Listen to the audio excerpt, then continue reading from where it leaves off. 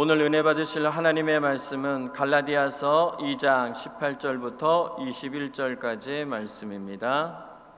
갈라디아서 2장 18절부터 21절까지의 말씀, 제가 가진 성경으로 신약성경 304면에 있습니다.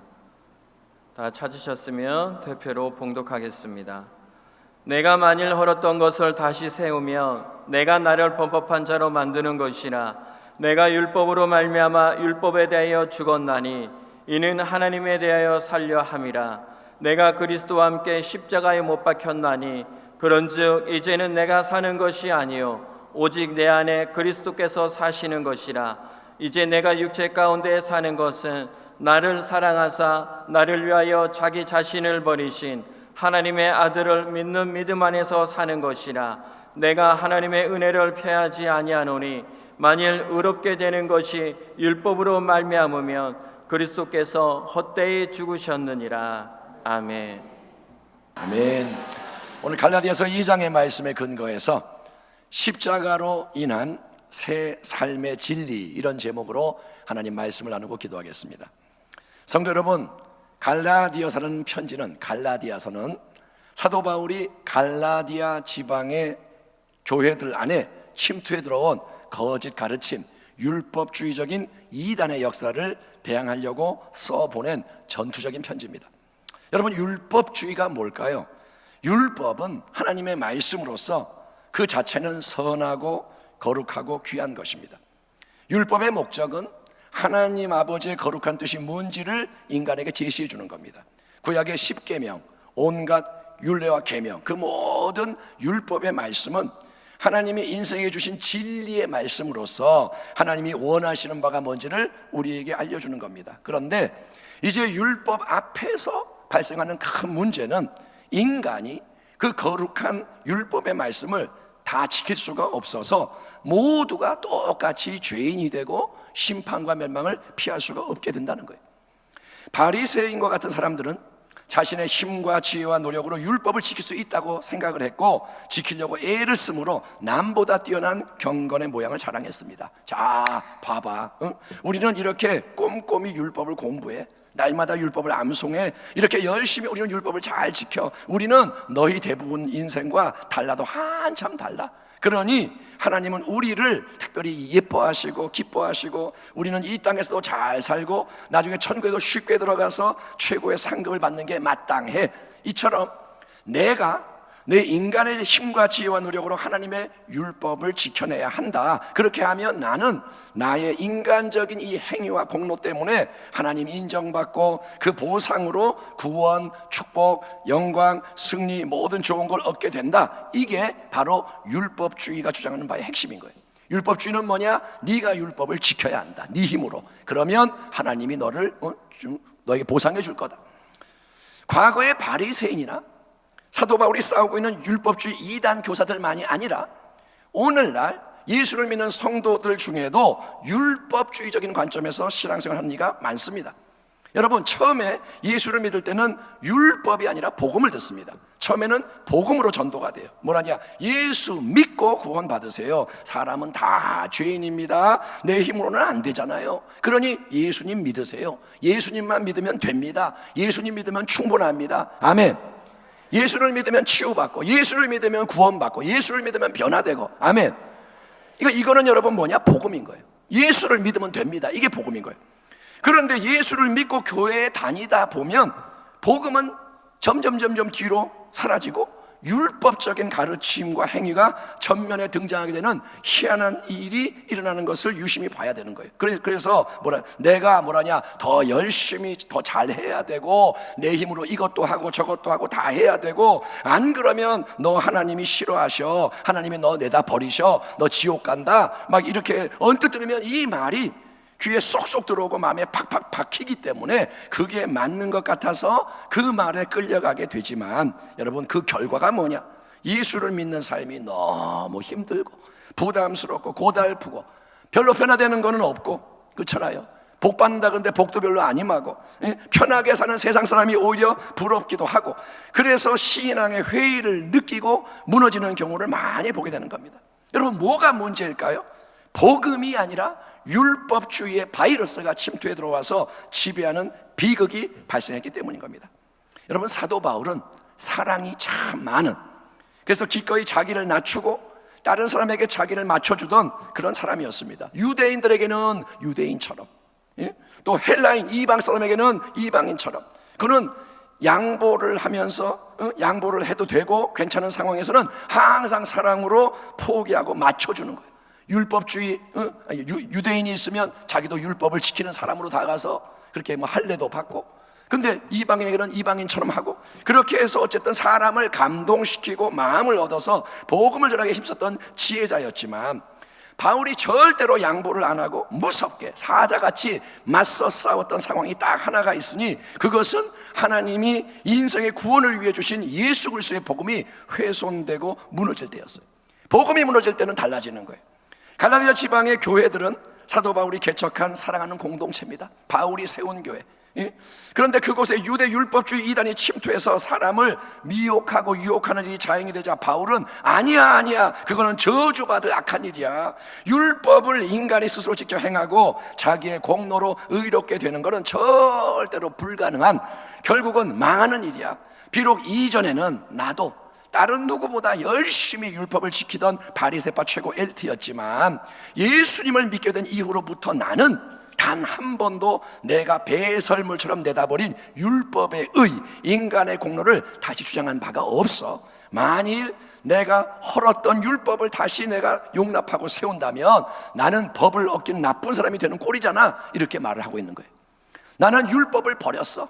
나는 율법을 다시 주장한 적이 없어. 왜냐? 누군가는 막 그런 말을 했던 거예요.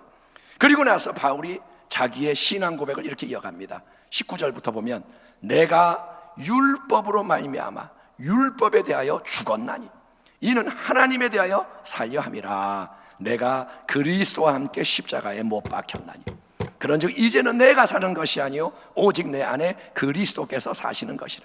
이제 내가 육체 가운데 사는 것은 나를 사랑하사 나를 위하여 자기 자신을 버리신 하나님의 아들을 믿는 믿음 안에서 사는 것이라. 아멘. 크게 아멘 합시다. 아멘. 여기서 바울은 나는 이제 율법에 대하여, 즉 율법과의 관계에서는 죽은 자가 됐다. 그 이유는, 목적은 내가 하나님에 대하여, 즉 하나님과의 관계 안에서 살고자 하기 때문이다 라고 선언합니다. 여러분, 사람이 죽으면 어떻습니까? 죽은 자는 아무 말이 없습니다. 아무리 욕을 해도, 때리고 꼬집고 간질러도 죽은 자는 반응을 하지 않습니다. 죽으면 끝이에요. 여러분, 안 죽었는데 죽은 척하는 사람은 이렇게 가만히 죽은 것 같지만 세게 탁 때리면 아야 소리를 치고, 간지르면 못 참지만 죽은 사람은 완전히 달라요. 죽으면 끝난 거예요. 그러니까 죽은 상태는 끝났고 아무 상관이 없고 반응이 없고 미련이 없는 거예요. 아멘. 죽으면 끝이에요. 반응이 없어요. 여러분, 그러니까 내가 율법에 대하여, 율법으로 말미암아 죽었다는 바울의 말씀은, 나는 이제 율법의 모든 요구사항에 대해서 아무 관계가 없는, 율법에 내 힘으로 전혀 반응하지 않는 인생이 되었다는 겁니다. 그게 뭐냐? 이전 것은 지나갔으니 율법 아래서 수고하고 애써했던 옛날의 삶이 끝났다는 겁니다. 왜냐하면 그렇게 돼야 하나님에 대해서 진짜로 살아있는, 하나님을 경험하며 열매 맺는 삶이 시작되기 때문인데, 이게 뭐냐? 보라, 새 것이 되었도다. 예수 그리스도 안에서 나는 새로운 피조물이도다. 이 역사인 줄 믿습니다. 이전 것은 지나갔고 나는 새 것이 됐다. 그러므로 여러분, 예수님을 믿는다는 것은 우리의 존재와 삶 자체가 완전히 새롭게 변화되는 거예요. 중생, 아멘. 그러니까 사람이 다시 새롭게 태어나서 새 생명의 능력으로 사는 게 예수 믿는 자의 성령 충만한 삶이라는 겁니다. 우리 예수님은 십자가에 못 박혀 죽으시고 장사되셨으나 사흘 만에 성령님이 역사하시는 새 생명 능력으로 부활하신 것을 복음이 증거합니다. 예수님 죽었죠? 그런데 부활하셨습니다. 그런데 복음의 깊은 진리는 예수님만 혼자 십자가에 못 박혀서 죽으시고 부활한 게 아니라, 그분을, 예수님을 참되게 믿는 모든 성도도 그 십자가 죽음과 부활 새 생명의 능력에 시간, 공간, 물질의 제한을, 현실의 제한을 넘어 동참한다는 건데, 바로 이 진리를 사도 바울은 자기 자신에게 적용하면서 우리가 잘 아는 유명한 신앙 고백을 하고 있는 겁니다. 갈라디아서 2장 20절, 내가 그리스도와 함께 십자가에 못 박혔나니 그런즉 이제는 내가 사는 것이 아니요 오직 내 안에 그리스도께서 사시는 것이라. 이제 내가 육체 가운데 사는 것은 나를 사랑하사 나를 위하여 자기 자신을 버리신 하나님의 아들을 믿는 믿음 안에서 사는 것이라. 아멘. 이 말씀을 살펴보면 예수님은 누구시냐? 그분은 하나님의 아들이시며 나를 극진히 지극히 사랑하시는 분인 줄 믿습니다. 여러분, 사랑은 하늘 영광 보좌에 계시는 영원한 하나님의 아들 예수님이 낮고 천한 이 땅에 친히 찾아오신 이유입니다. 왜 예수님이 하늘에서 이 땅에 오셨냐? 사랑 때문에 오신 거예요. 그리고 그 사랑은 예수님은 어디로까지 이끌었느냐? 예수님은 그분이 심히 사랑하는 나를 위해서, 비록 내가 죄인이요 하나님의 원수요 멸망해야 마땅한 악한 인생이지만 그런 나를 조건 없이 먼저 온전히 사랑하셨기에 예수님은 자원하셔서 갈보리 십자가의 대속적인 죽음을 담당하신 것을 믿으시길 바랍니다. 이사야가 말하지요, 그가 찔림은 우리의 허물 때문이요 그가 상함은 우리의 죄악 때문이라. 그가 징계를 받음으로 우리는 평화를 누리고 그가 채찍에 맞음으로 우리는 나음을 받았도다. 우리는 다 양 같아서 그릇 행하여 각기 제 길로 갔거늘 야훼께서는, 하나님께서는 우리 모두의 죄악을 그에게 담당시키셨도다. 예수님은 하나님의 영원한 독생자시요 아무 죄와 흠이 없는 거룩한 분으로서 찔리고 상하고 징계받고 채찍에 맞은 후 십자가 위에서 죽으셨습니다. 왜? 나를 사랑하셔서 내 허물과 죄악을 담당하시려고. 왜? 내게 평화와 치유를 포함한 총체적인 구원을 주시려고. 아멘. 주님은 우리 때문에 우리를 위해 죽으신 거예요.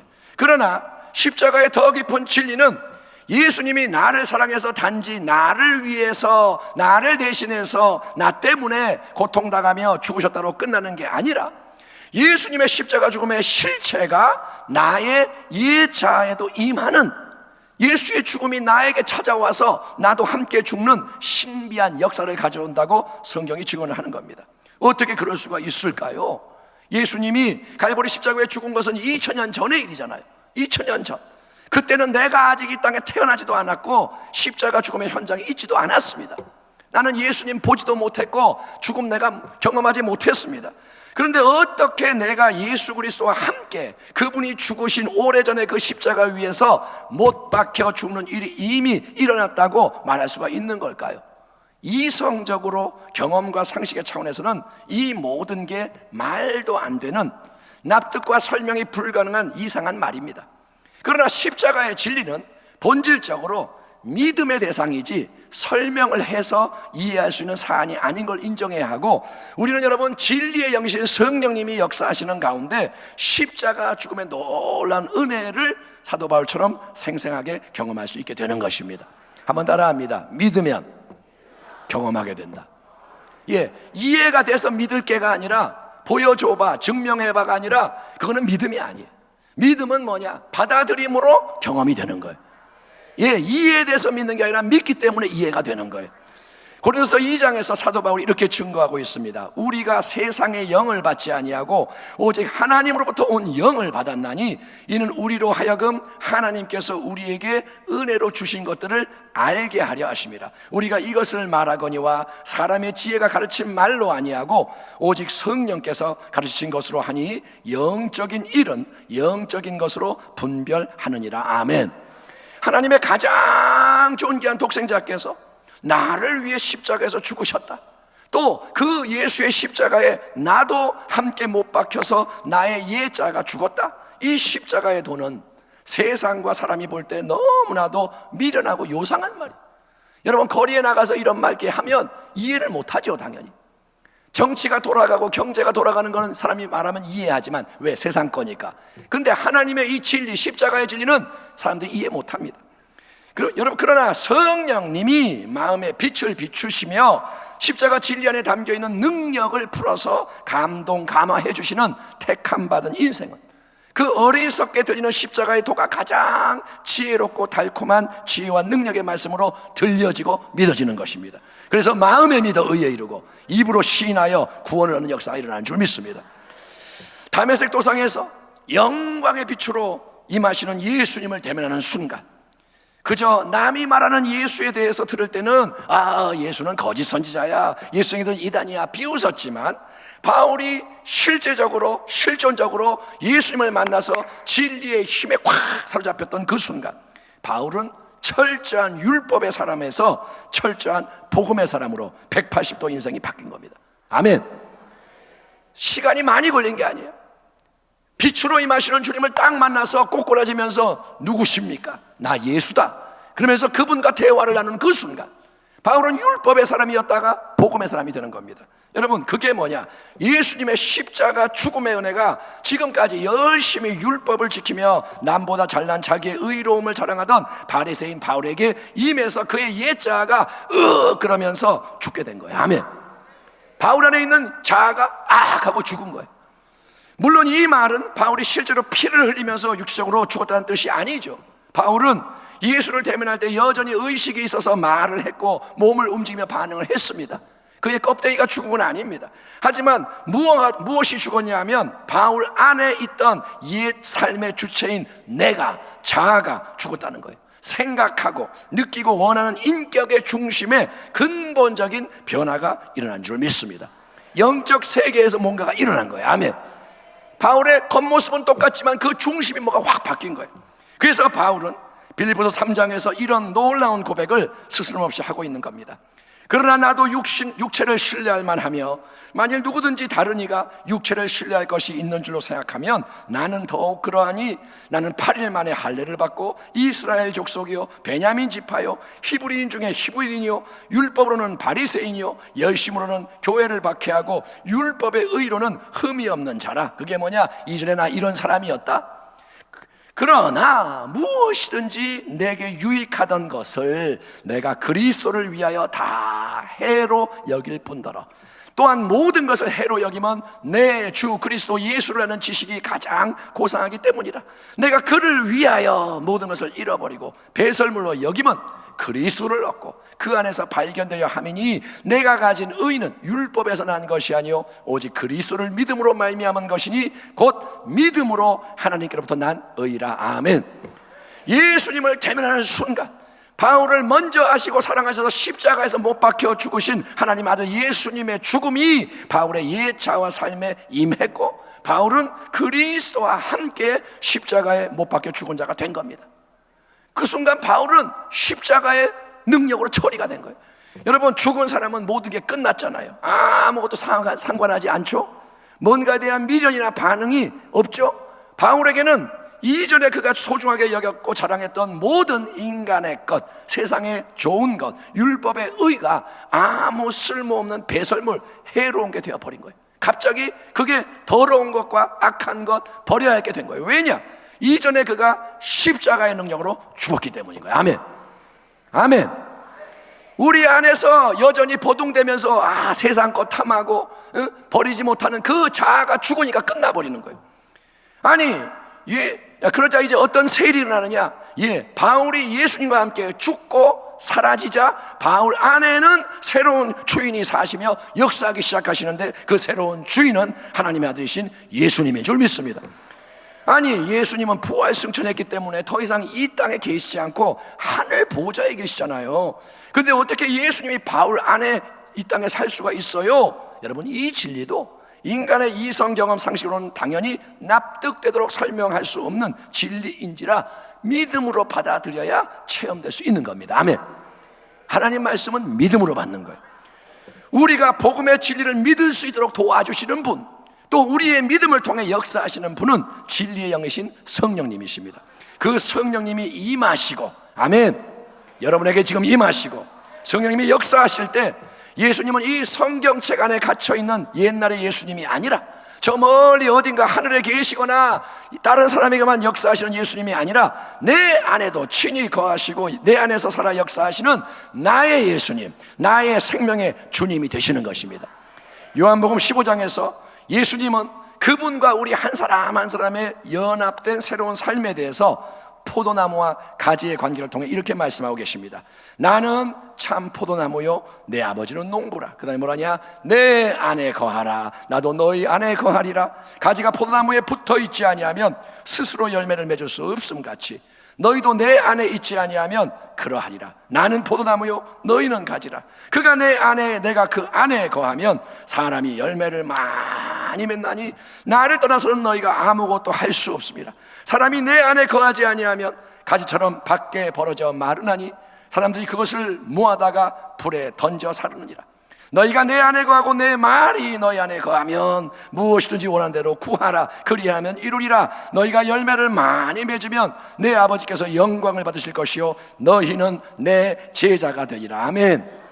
예수님을 진정으로 믿는다는 것은 그분의 가지로서 예수 새 생명의 열매를 풍성히 맺고 그분의 제자로서 주님을 온전히 따라가며 닮아가는 것입니다. 아멘.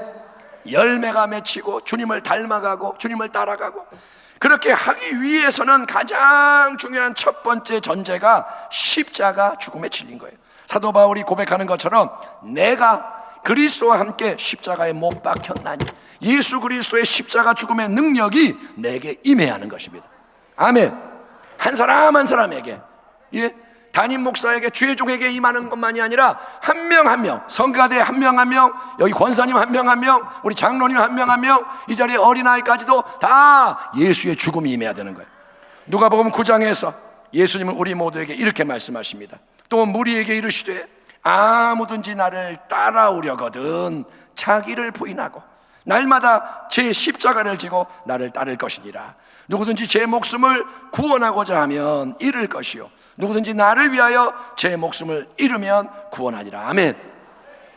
십자가 죽음이 없다면 부활의 영원한 새 생명도 없는 겁니다. 십자가가 없다면 새 생명도 없는 거예요. 그래서 예수님이 친히 십자가에 못 박혀 죽으신 후에 부활하신 것이고, 죽으셨기 때문에 부활하신 것이고, 그 진리는 우리에게도 동일하게 적용이 되는 겁니다. 아무리 보세요, 예수를 오래 믿었어도 나의 자아를 부인하지 않으면, 내 생각, 내 감정, 내 의지를 내려놓고 옛 것을 내다 버리지 않는다면 우리는 예수님을 따를 수가 없고 예수님이 살아 역사하는 것도 경험할 수 없기 때문에 교회만 다니는 종교적인 신앙인의 모습에서 벗어날 수가 없는 거예요. 나는 50년 예수 믿었어. 그런데 하나도 안 변한 사람이 있어요. 옛날과 똑같아. 그냥 찬송가만 잘 부르고 기도만 잘하고 어떤 형식만 잘하는 사람이 된다는 거예요. 더 여러분 가끔 십자가 바라보면서 예수님 나를 위해 죽으셨지 참 감사하네 이렇게 고백하는 것으로 만족하는 것은 아직 진정한 십자가의 신앙이 아닌 겁니다. 오늘 같은 성찬 예배, 여러분 또 한 달에 한 번씩 예수님 십자가를 바라보는 그걸로 만족하면 안 돼요. 여러분 더 깊은 진리 안으로 나아가기를 축원합니다. 당신을 위해서 죽으신 예수님만을 고백하지 말고 예수님과 함께 십자가에서 나 자신이 죽었으니, 아멘. 예수님 나를 위해 죽었다 이것만 얘기하지 말고 나도 예수님과 함께 죽었다 이거를 주장하라는 거예요. 죽은 자는 아무 말이 없고 미동조차 안 합니다.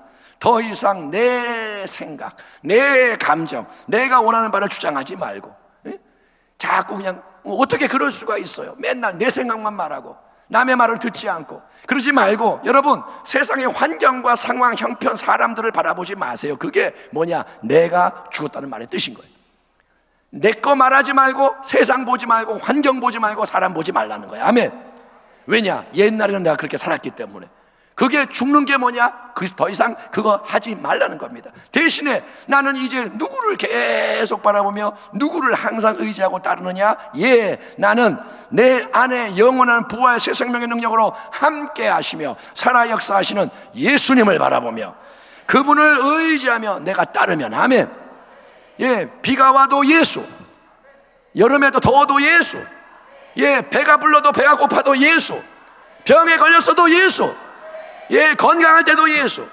여러분 항상 그냥 예수님 이러고 나아가면 참 포도나무이신 주님이 가진 나를 통해 열매를 맺으시고, 선한 목자이신 주님은 양인 나를 먹이고 보호하고 인도하시며, 대장이신 우리 예수님은 군사인 나를 통해 역사하셔서 하나님 나라의 위대한 승리가 우리 주변과 온 세상 속에 넘쳐나게 하실 것입니다.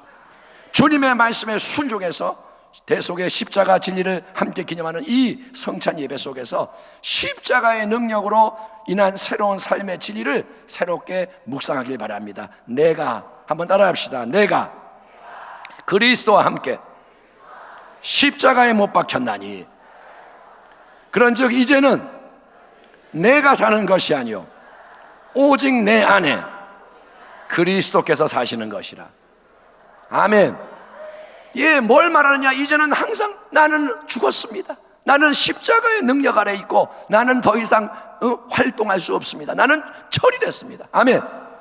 관에 들어간 거예요. 장례식을 치른 거예요. 아멘.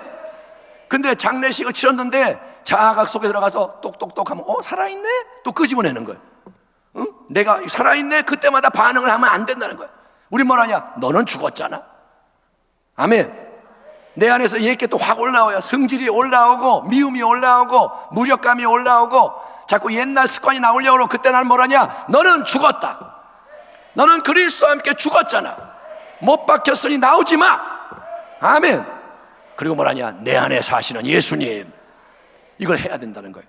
여러분, 그러면 주님과 함께 당신이 십자가에서 죽었기 때문에, 그래서 주님이 지금 당신 안에 살아 계시기 때문에 당신을 통해 주님이 역사하실 줄 믿습니다.